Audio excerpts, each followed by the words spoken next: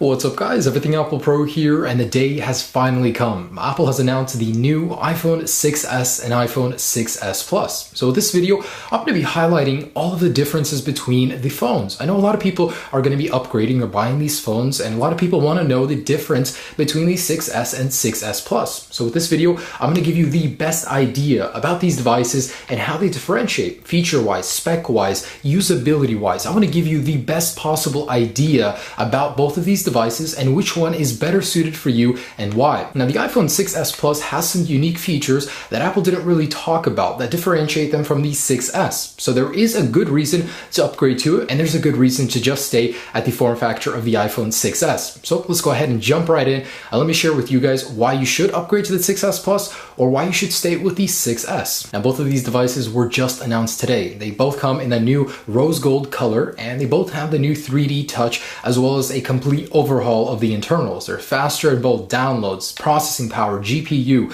I mean, these things really are the future, and they blow the iPhone 6 out of the water. Now, deciding between these can be a little bit difficult, and I understand that because not only is the display larger, there's some other factors too to consider between choosing one or the other of these devices. So let's talk about display first. Apple did change up the actual material of the glass. It's now made with a dual ion exchange process, which makes it twice as durable as the ion strengthened glass on the iPhone 6. So what this means is both of these devices will do good in drop tests. Whether or not the 6s Plus with its larger display will be more susceptible to damage, I don't know. We're going to test that in the future, but for now, both do have very durable materials, and that includes the new aluminium 7000 construction. This new alloy is actually taken straight from the Apple Watch. Both of these will be incredibly durable, so you don't need to worry about the 6s Plus bending more than the 6s like it was the case with the 6 Plus and 6. Both are going to be equally durable, and I will be putting that to the test in my future durability tests once I have the devices. As for screens, of course, the iPhone 6s Plus is going to have the slightly larger one at 5.5 inches, whereas the 6s is just going to have the 4.7 inch display. Now, the resolutions didn't change from the 6 to 6s. However, they are different between these devices. The iPhone 6s has a 1334 by 750 pixel display. That equals 326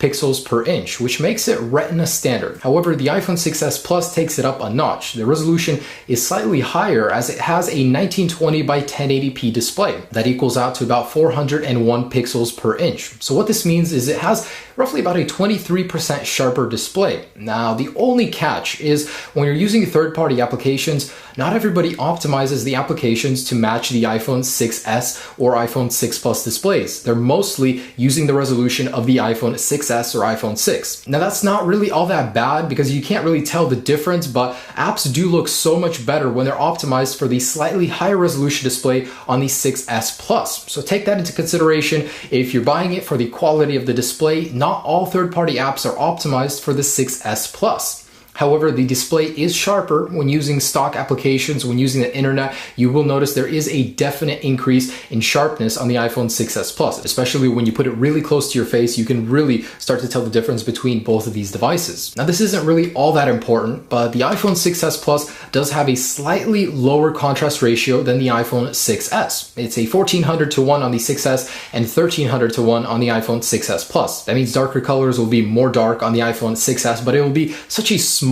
difference that it's going to be around 7%. You won't even notice the difference, but it will be there. Now, between these devices, in terms of measurements, the iPhone 6s Plus, of course, is going to be the larger phone. It's actually a lot bigger. And not a lot of people know this, but the iPhone 6s and 6s Plus actually grew in terms of thickness, and they're taller than the iPhone 6 Plus and 6. However, it's not all that noticeable. They did grow in heft considerably with the Force Touch display. So between these, the iPhone 6s Plus is about just 0.2 millimeters thicker than the iPhone 6, 7.3 millimeters versus 7.1. That's not very noticeable. I mean, when you grab them in your hand, you can't really tell the difference. And besides, the thicker the phone, the slightly more durable it could be. And the iPhone 6s, of course, is considerably lighter than the 6s Plus. So if you lug this thing around a lot, you will notice there's a little bit more heft to the 6s Plus, but that really shouldn't even be a considering factor between these. Just wanted to let you guys know that. Now, as far as usability, let's talk usability because that is a lot. lot. That's a very big deciding factor for me when I choose a phone. Let me tell you about my experience with the 6 Plus. When I first picked it up, when I first went to the Apple store, tried it out, I was sold. I didn't want to go back to the smaller display. Although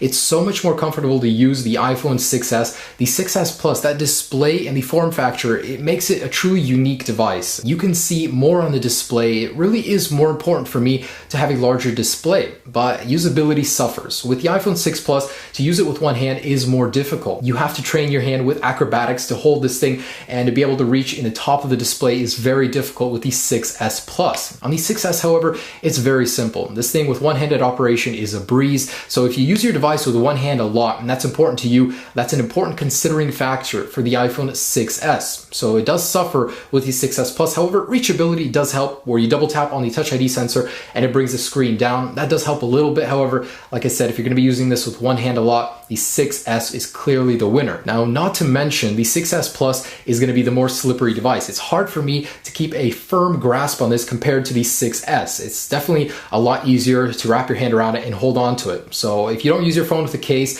the iPhone 6s would probably be a better choice, because the 6s Plus is very difficult to hold on to. Trust me on that. I've dropped it so much more than my iPhone 6 models. Now, there is another difference in terms of software. The iPhone 6s Plus actually has custom built software for it when you turn it into landscape mode. In settings, for example, on the iPhone 6s Plus, you'll get a custom view just like this, and it's so easy to operate this. I mean, it looks almost like an iPad mini.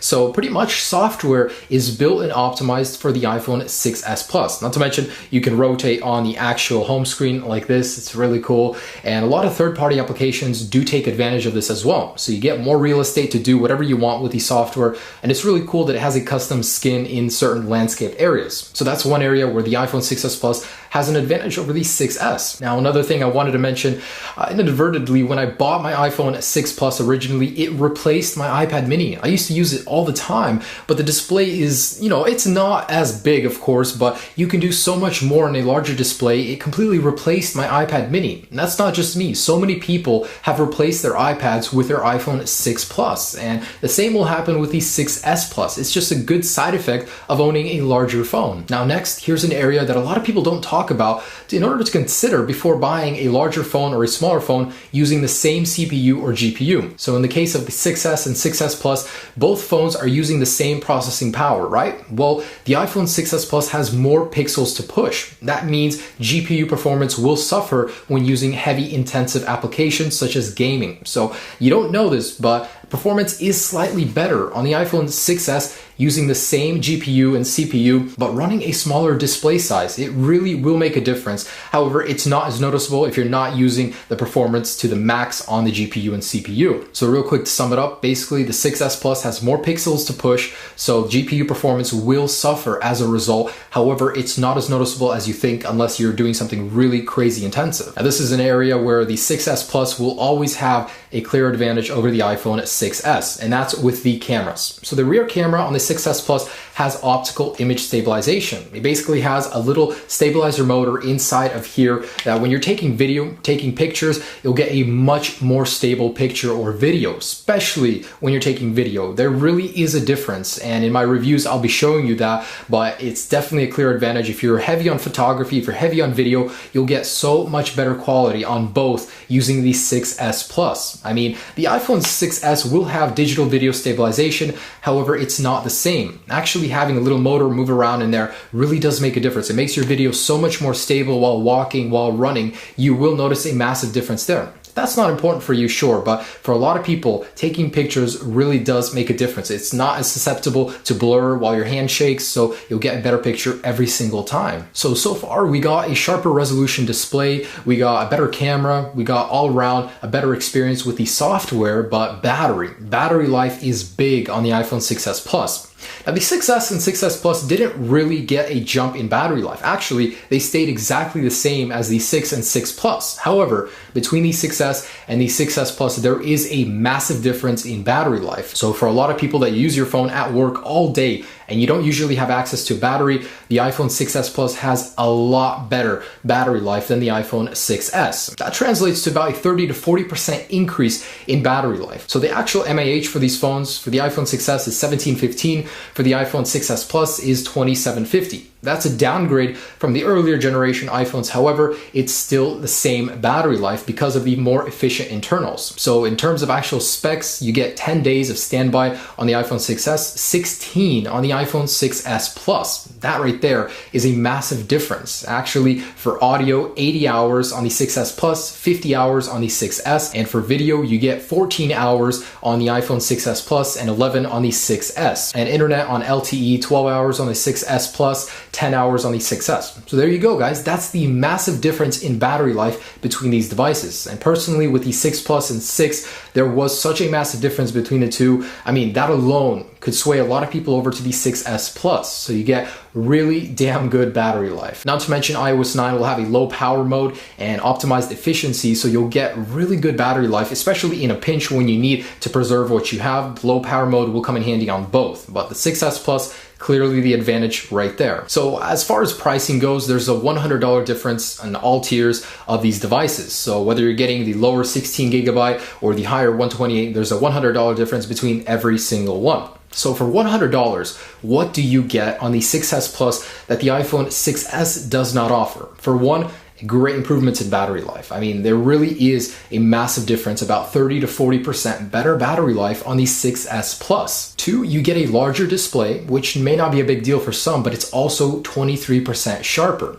So all of your pictures, all of your media will appear much better, much sharper. And it's a lot easier on a larger display to do things, to play games, to watch movies. It really is a better experience. So that alone, larger display can mean a lot. There's also a custom skin for the iPhone 6s Plus on iOS 9. You'll be able to rotate the phone sideways and do different things that the iPhone 6s cannot. So landscape view is optimized for the larger display on the iPhone 6s Plus. It also can replace your iPad mini in some cases. There's also optical image stabilization. So if video or photography is very important for you on the iPhones, the iPhone 6s Plus will do much better, especially in movement when your hands are shaking. You will not notice that so much on the video due to the optical image stabilization, which the 6s is lacking. So there you go. That's what you get for $100 with the iPhone 6s Plus. But it may not be enough for you to upgrade from the 6s. The 6s, on the other hand, it has an easier one-handed operation. It's a lot easier to hold and use with one hand. It doesn't have as great of battery life, but at the same time, it is cheaper. So if you don't need all those things, for $100 less, you'll get the 6s, and it's almost as capable as the 6s Plus, except in some areas. It could also have better GPU performance if you're really pushing the processor to the limit in some areas because it has less pixels to push. And the contrast ratio is a little bit higher. But again, that really doesn't make a difference unless you really have an eye for contrast. So guys, there you go. That's the iPhone 6s and iPhone 6s Plus. They're very similar in most areas. It's just these little tiny areas that may matter to you that the iPhone 6s Plus excels at. It's not as easy to use with one hand. It's definitely more prone to being dropped because of how hard it is to hold with one hand. But overall, in so many areas, it does push past the 6s with better battery life, better camera stability, better resolution, and better optimized software in landscape view. So if those are important to you, the $100 is certainly worth it for the iPhone 6s Plus. Now guys, that's pretty much it. Just wanted to give you guys an idea between these devices. Hopefully with this video, I could give you that idea. And at the end of this, you'll know which device is better suited for you. Overall, both devices will surely be great. However, the 6s Plus is just that much better. Thanks for watching this video, guys, and I'll have full reviews, full comparisons for both devices on my channel very soon, and I do hope you stay tuned for that. Subscribe if you haven't already. Like this video if it did help you. I do really appreciate that. They're not the easiest to make, and I do hope you guys get your hands on the 6s or 6s Plus early. Remember, pre-orders start very soon. So stay tuned for many future videos, guys. Enjoy your choice. Have a great day. Peace.